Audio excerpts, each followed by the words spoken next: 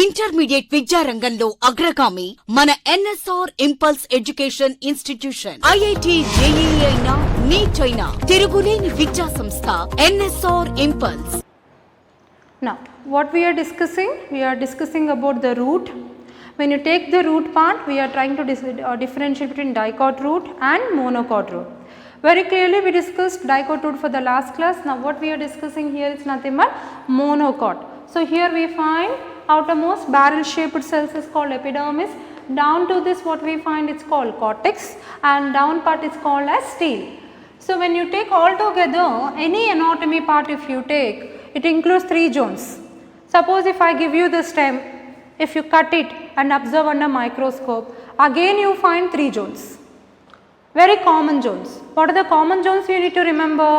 Outer one is epidermis, down to this what we find is cortex, and inner to this what we find is nothing but stele part. Now as usual same, here you have to remember few points here. Generally epidermis contain cuticle and stomata generally, but here I am telling about the root part. So let me make out the clear differences between the root part and stem part. How do we make differences between the root part and stem part? Guys, if you cut the root you find epidermis, cortex and stele. If you cut the stem also you find same things like epidermis, cortex and stele. But where is the difference here? The difference is, for example, if you take the epidermis, so here also I am writing epidermis. Stem epidermis contain a thick layer called cuticle, and moreover here also we find stomata. Lower classes you studied about stomata. Stomata involved in exchange of gases. You know, loss of water is called transpiration, and that happens with the help of what? With the help of stomata. So in case of stem, now if you see in the diagram, suppose you say this is epidermis, let's call this is outermost layer. Now this is called epidermis. Outer to the epidermis we find another layer. The layer itself is called cuticle. So how do you define cuticle? Cuticle can be defined it as an outermost layer on epidermis. Outermost layer on epidermis. Thank you, sir. So here this is nothing but what you call cuticle. Cuticle is what? A layer on epidermis. Can you see a layer here in the diagram? Yes. It may be thick layer in some cases, or it may be very thin layer. Guys, when is the possibility of thick layer and when is the possibility of thin layer? How do you differentiate? Most probably I think in your lower classes you studied about xerophytes and hydrophytes. Let me write here very clearly. Xerophytes and then hydrophytes. Is this part is visible? I think you all can see this, right? Now if you take, this is xerophytes and hydrophytes. Guys, what are xerophytes? We find the plants growing in dry and desert soil where there is no water, completely a dry arid climatic conditions we find. And you know it very well, hydrophytes are the plants which find growing in water. So we have a clear difference between xerophytes and the hydrophytes. What are xerophytes? As I told you, a dry desert arid environment where there is no water. Best examples, you know, cactus, and you know opuntia, bryophyllum, and also you can take aloe vera. They don't need much water because they preserve water in the form of succulent juice. Such kind of plants we call them as xerophytes. And what do we talk about hydrophytes? You know, in the ponds, in the lakes we find plants growing. They are called as what? Hydrophytes. Now why we are bringing xerophytes and hydrophytes in the middle of our topic? Because now here we are in the discussion about what? Cuticle. So what is a cuticle here? As I told you, an outer layer surrounding the epidermis. What is the upper layer means? Epidermis we call. Surrounding to the epidermis we find another layer. What we call the other layer? The layer on epidermis is called cuticle. Now let us talk about cuticle. Now in case of xerophytes, the cuticle exists as a thin layer. Why it exists as a thin layer? To reduce transpiration. To reduce what is called transpiration. What is transpiration? Loss of water from the outer layer called cuticle. So, cuticle exists as a thin layer. It exists as a thin layer to reduce transpiration. What's the meaning of transpiration? Better let me write loss of water. Okay, to reduce, this is thick. Let me write, this is thick. Very thick. Why? Because it is a xerophyte. It is growing in desert environment where there is no water. So, cuticle will be in the form of a thick layer, very thick layer. So, here like this. So, even whenever water is there, water loss cannot be taken place. It stops water loss. Okay, it stops water loss. Because of thick cuticle, xerophytes can save water as because they are reducing the loss of water called transpiration because they are growing in desert environment. Then what about the hydrophytes? Now, if you look at the hydrophytes, cuticle exists as the thin layer. Why do you think it exists as a thin layer? Because even if much water is lost also no problem. Why? Because they are growing in the water. Even much water lost also no problem because they are growing in water. So, cuticle exists in the form of a thin layer. In case of hydrophytes, because the plant is growing in water, it is growing in ponds, it is growing in lakes. So, there is plenty of water is available. It's okay, it does not matter even it loses much quantity of water. So, cuticle exists in thin layer. In case of hydrophytes, cuticle exists as a thick layer to reduce transpiration in case of xerophytes. Now, try to remember that cuticle is absent on root epidermis. That cuticle is absent in case of root epidermis, does not contain cuticle. A cuticle is absent in case of epidermis. Similarly, if you talk about stomata, stomata is also absent in case of root epidermis. Guys, these are basic points but very important points. If you don't know the basics, further you cannot understand the concept. So, make sure that you concentrate and listen.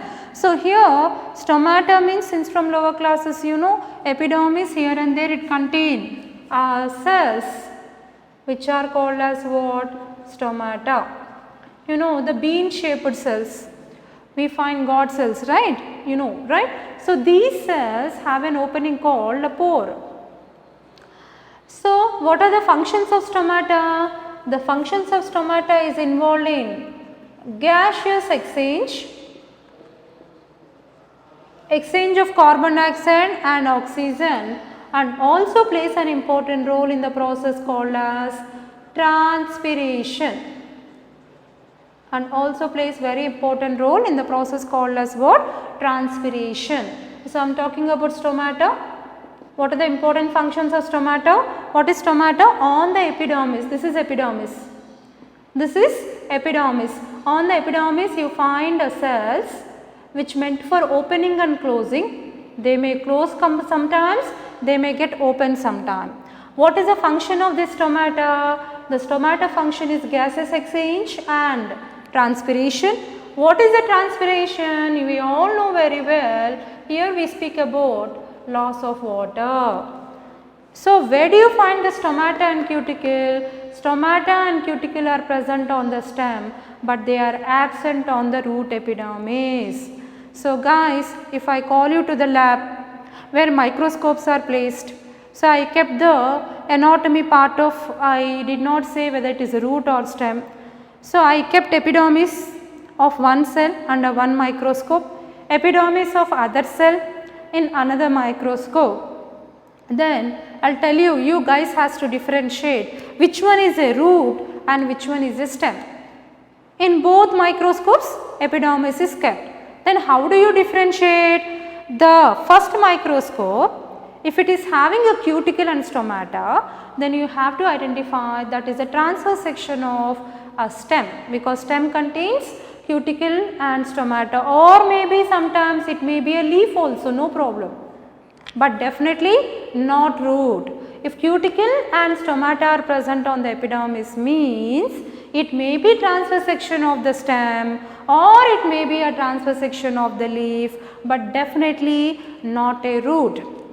Suppose if the cuticle is not observed, stomata is not there, but you can see only epidermis, then that is a transverse section of the root, not stem and leaf. Very clearly you have to differentiate. Root epidermis is different from stem epidermis. How? In root epidermis, cuticle is absent, stomata is also absent. Coming to stem or leaf epidermis, we clearly can see the cuticle and stomata, but cuticle again have difference. What is the difference? The cuticle you find in xerophytes has a thick layer to reduce transpiration, and transpiration exact meaning is nothing but loss of water.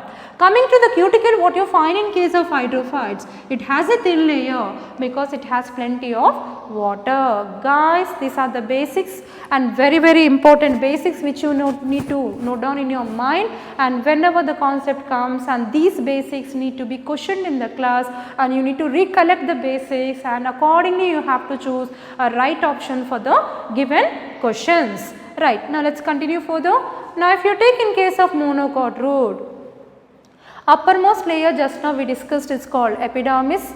Below to this what we find is nothing but cortex layer. Cortex layer as it is, no much differences. Then coming to endodermis. What we have studied about endodermis here. Now again I write down important points here. Just be cautious to the class. Now this endodermis, what you find here, it contains what are called as Casparian strips, or we call Casparian bands.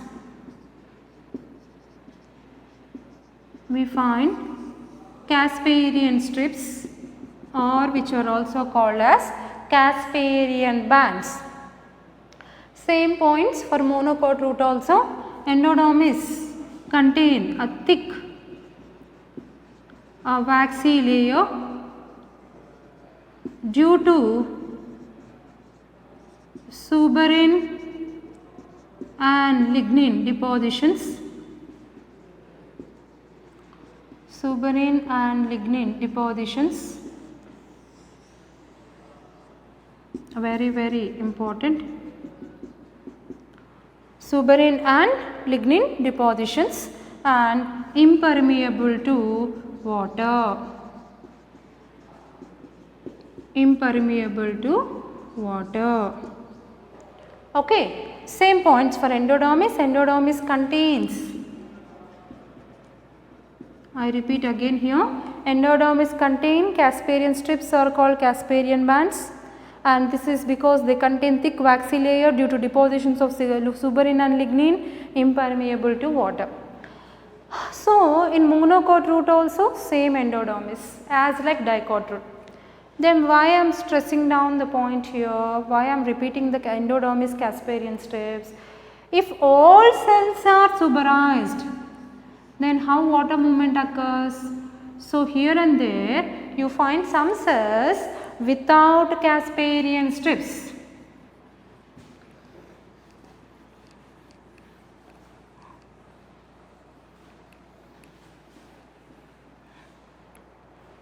What do you find here? Now these are Casparian strips. So I am drawing here, it's here you find suberin and lignin, you find suberin and lignin, all you find here, very clearly you find suberin and lignin, very clearly suberin and lignin here. Now if all cells are coated with lignin and suberin, then they are impermeable to water. Then how water goes up? So here and in between you find some cells which are not having lignin and suberin coatings. Then they are called as passage cells, and these passage cells are permeable to water. They are permeable to water. So here the cells are having suberin and lignin, they are coated with lignin and suberin. All cells are not coated with lignin and suberin. In between you find some cells which are free of suberin and lignin, means not coated with lignin and suberin, no thick layer, no waxy layer, they are free cells, and these free cells what you find here, they are called passage cells. They are called passage cells. Water, in this case water cannot enter because of Casparian strips, but through passage cells water enters in upward zone. These passage cells water will enter from vascular bundle to cortex, because passage cells are free of suberin and lignin and they are permeable to water. Right. Coming to vascular bundle, rest of the story is same. Here first formed one is called protoxylem, later formed one is called metaxylem. Okay, and here alternatively what you find, it's called as phloem. Here this is nothing but we call this is phloem, right, phloem. Then followed by here what you find in between two tissues, what you find, it's called conjunctive tissue. This is nothing but monocot root. Right. Now let us write similarities between monocot root and dicot root, differences between dicot root and monocot root. Let us make out first similarities. Similarities between dicot root and monocot root.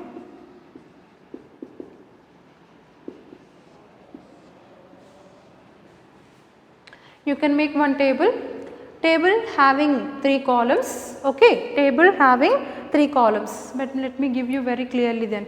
See here in this monocot root what you find is, here large space is being occupied by, here large conspicuous quick, large pith, means you find more pith, large pith is there. Large pith means more space is being occupied by pith cells or medulla, you find in case of monocot, but small pith you find in case of dicot root. Here I want to show large pith or medulla, meaning more space is being occupied by pith or medulla. Let us make it a clear similarities here.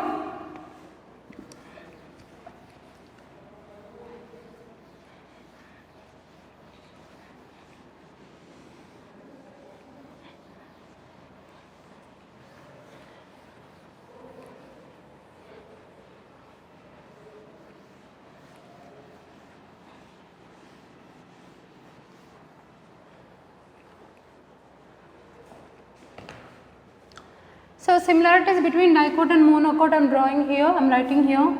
Let us take anatomy and I am writing dicot root, then monocot root.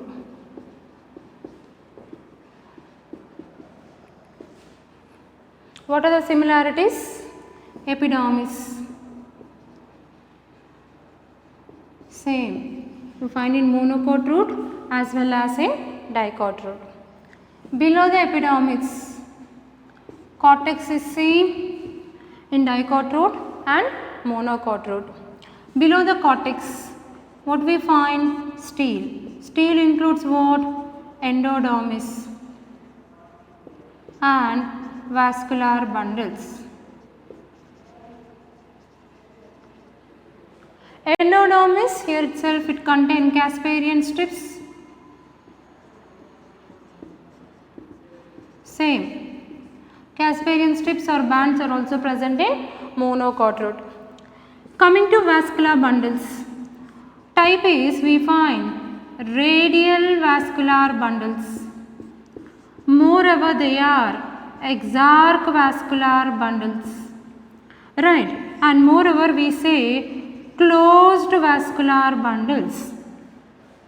What's the meaning of this here? Radial, also these all points are same for monocot along with this. Now when I say radial vascular bundle is radial like this. Okay, here xylem,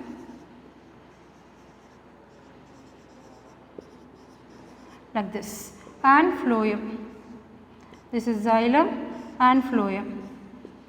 Yes or no? This is called radial vascular bundle. Exact meaning I told you, no? Protoxylem is towards periphery and metaxylem is in the center. What is exact meaning? Protoxylem is towards periphery, metaxylem is in the center. What is the meaning of closed vascular bundle? This is important, note down for this. Closed vascular bundle means, in this case, cambium is absent in vascular bundle. Very, very important. Cambium is absent in vascular bundles. What's the meaning of cambium? Suppose if you take, let me give you another side very well here. Vascular bundles are divided into two types. They are of two types. What are the two types of vascular bundles? We say open vascular bundles, and other category is called closed vascular bundles. We call open vascular bundles and we find what are called closed vascular bundles. What are open vascular bundles? Here we say vascular bundle with cambium.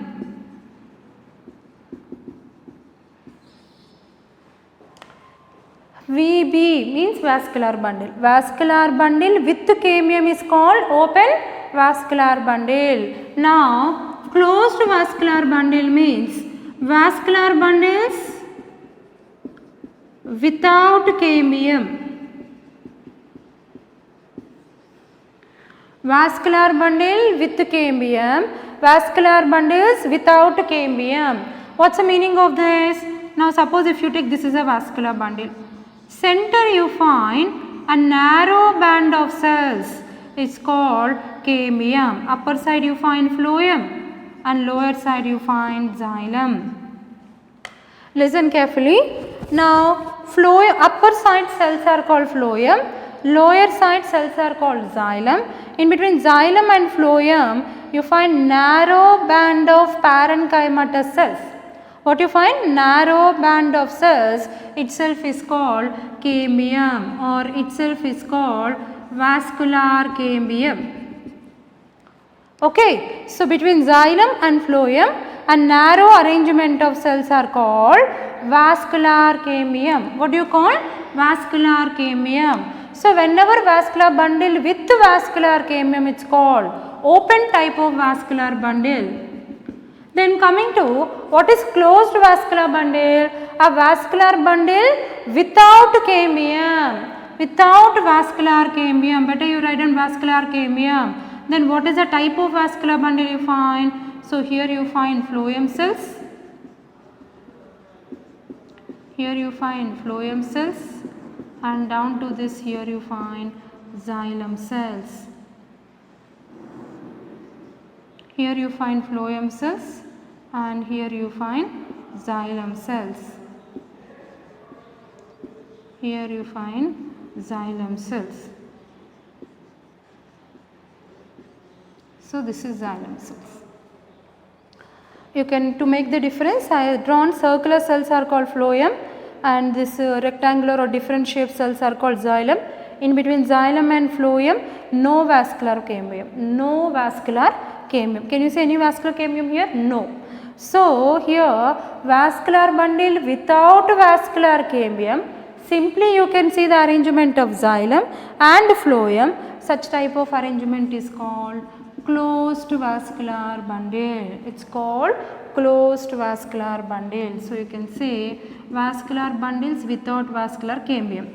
What are open vascular bundles? Vascular bundles with vascular cambium.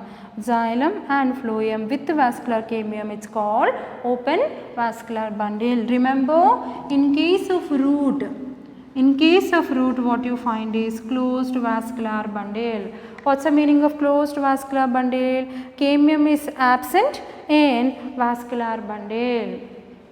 Okay, cambium is absent in vascular bundles. Such type of vascular bundles are called closed vascular bundles.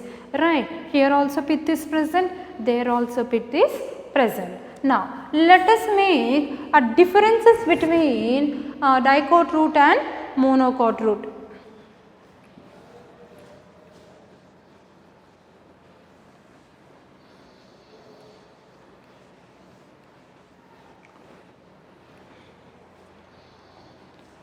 Now, let us make, these are nothing but similarities. Now, let us make a note of it. Differences between, so here you can write differences between a dicot root and monocot root. So, what are the differences here? So, again I am writing a dicot root here and a monocot root here.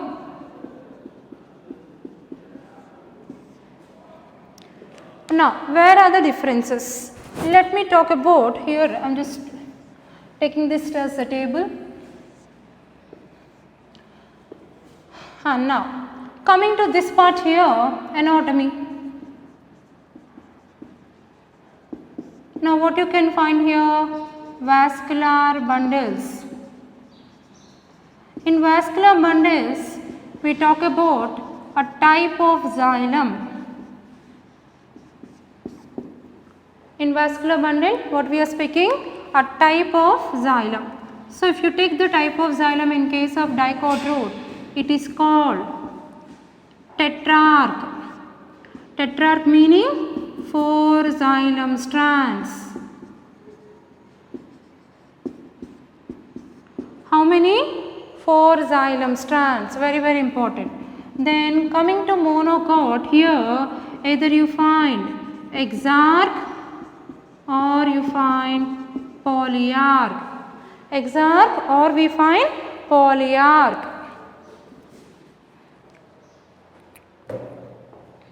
So, you find polyarch. Exarch meaning 6 xylem strands.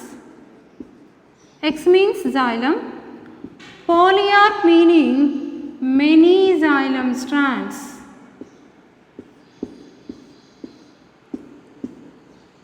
Either we can find a 6 xylem strands or we find many xylem strands. So, what are we discussing here? Differences between dicot root and monocot root. In case of dicot root, how many? 4 xylem strands. In case of monocot root, how many? 6 xylem strands, or we find many xylem strands. Now, apart from this, now let us take another one. Here, in this case of dicot, what do you find here? Now, we say pith is small and inconspicuous. If we talk about pith or medulla, what we discussing? Pith or medulla. In case of dicot root, I am just drawing the line here. Pith or medulla in case of dicot root, it is very very small and inconspicuous. Coming to monocot root, it is large and well developed. It is large and well developed. You can see large pith in case of monocot root, very small and inconspicuous meaning what? Inconspicuous means very very less, very small. You can see whether it exists or not, it is difficult to see. It is called inconspicuous. Unnattu lenattu, that is only very small space it occupies, surely it is present. Inconspicuous meaning it occupies very small space. It is called pith is small and inconspicuous in case of dicot root. Pith is large and well developed in case of monocot root. Very important difference. Clearly you need to make a note of it.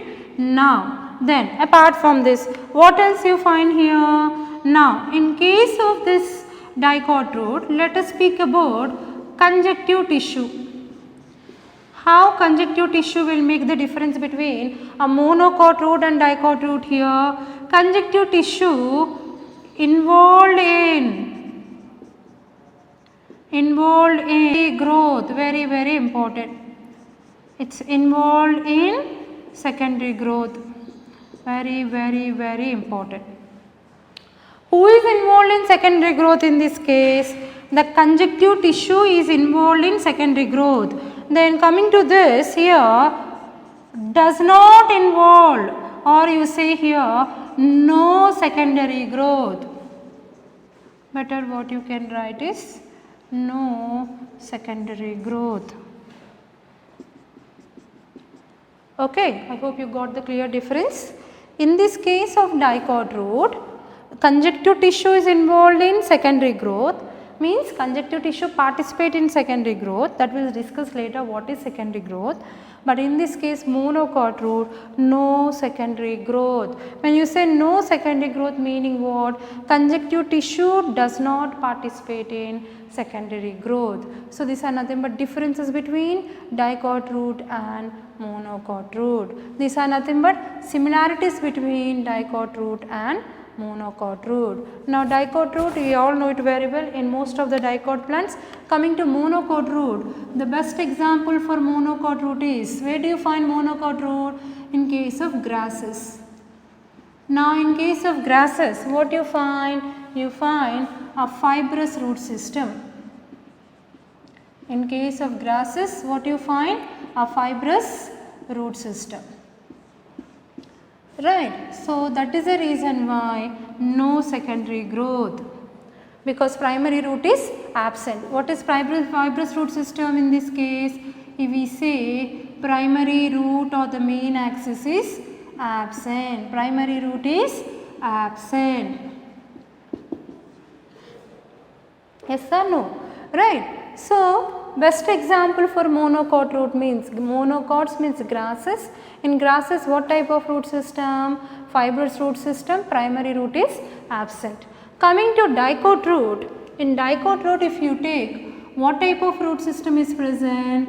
A tap root system is present.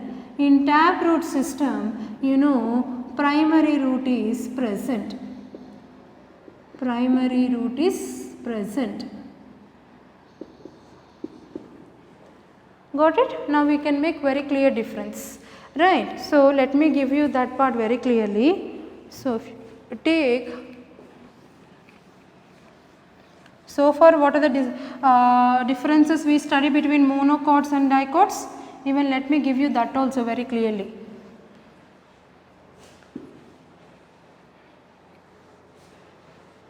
Okay. So what we can see here, monocots, mostly they are grasses. What all will come? Grasses like rice, wheat, maize and all that. Right, grasses. And let us talk about dicots. Dicots means we studied all the Fabaceae members, right? Fabaceae members, Solanaceae members and Leguminaceae. What you say? Liliaceae members. These are the examples for dicots. We are discussing three families now. Fabaceae, Solanaceae, Liliaceae, all will come under dicots. Grasses, rice, wheat, maize will come under monocots. So far what we discussed here, let us talk about the root part. So root in case of monocots, it is fibrous root system, and coming to dicots, it is what type of root system? Tap root system. What type of root? Tap root system. In case of dicots we find taproot system. In case of monocots we find fibrous root system. Similarly, if we talk about the leaves, so what we discuss the differences. In case of monocots we find parallel venation. Did you remember? Coming to dicots, it is called a reticulate or network venation. Reticulate or a network venation.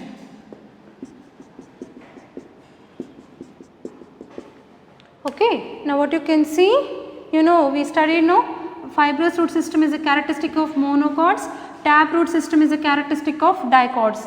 Similarly, in case of monocots we find parallel venation in the leaf, right. In case of dicots we find reticulate or network venation. So, these are the difference between monocots and dicots, and here we find similarities. Continuation of that, even we discussed what are called differences. Now, you have the clear difference between anatomy of monocot root and dicot root.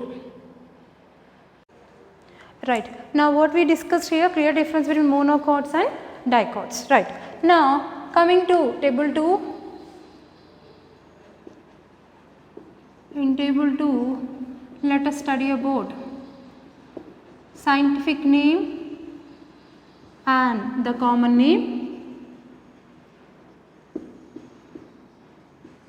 Let me give you few things to remember for this class for table 2. Now, scientific name Petunia alba. Petunia alba. Okay, this is itself is called as Petunia. Common name itself is called Petunia. Petunia alba, the common name itself is referred as what? Petunia. Similarly, Nicotiana tabacum. Nicotiana tabacum. It's commonly called as tobacco plant. It's commonly called as what? Tobacco plant. Nicotiana tabacum, it's commonly called as tobacco plant. Similarly, Lycopersicum esculentum, it's commonly called as tomato. Right. So, what do we find? Lycopersicum esculentum, it's commonly called as what? Tomato. Petunia alba, it's commonly called petunia. Nicotiana tabacum, it's called tobacco. Lycopersicum esculentum itself is called as what? Tomato. Right. Now, in this case, if you add vegetables, for example, Solanum tuberosum itself is called as potato, and Solanum melangina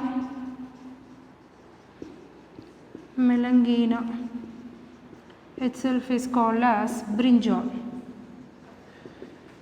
I'll let you know. Okay. So, what I am giving here, the members of Solanaceae family. The members of Solanaceae family. Let me give you Solanaceae family members. Okay. So, Solanaceae family, if you take, scientific name is Petunia alba, that is Petunia commonly we call. Then Nicotiana tabacum, it's commonly called tobacco. Lycopersicum esculentum, it's called tomato. A pronunciation I hope you can hear. Lycopersicum esculentum, tomato. Then Solanum tuberosum, it's called potato. Solanum melangina, it's called brinjal. Guys, I'll tell you two important points which are very important for Solanaceae. I hope you have to remember. So, whenever Solanaceae comes, I'll ask you very important 2 points. What are the 2 important points regarding Solanaceae? So, if you take, I am writing about Solanaceae. I am just talking about Solanaceae. Now, in this Solanaceae, how do you identify whether the plant belongs to Solanaceae or not? How do you come to know that? So, in this, mostly you find a hairy stem. This is the first character. This is the first morphological character. That means, now if you look at on the stem, suppose this is the plant, this is the plant. Okay. If you look at very clearly on the stem, you can find some hairs like this, very thin hairy, just meant for protection. So, the first character what you have to remember is hairy stem. Next is another character, is called bicollateral vascular bundle. What is bicollateral vascular bundle? So, here phloem is there, center xylem is there, phloem is there. In between you find vascular bundle. Phloem up, phloem down, center is xylem and you find a vascular cambium. It's called as what? Bicollateral vascular bundle. Bi means two, up and down. Who is present? Bi means two. Up is phloem, down is also phloem. Who is present in the center? Xylem. Upper side also you find vascular cambium, lower side also you find vascular cambium. These 2 points, keep it very clearly in your mind as special characteristics of Solanaceae. What are special characters? Hairy stem and bicollateral vascular bundles.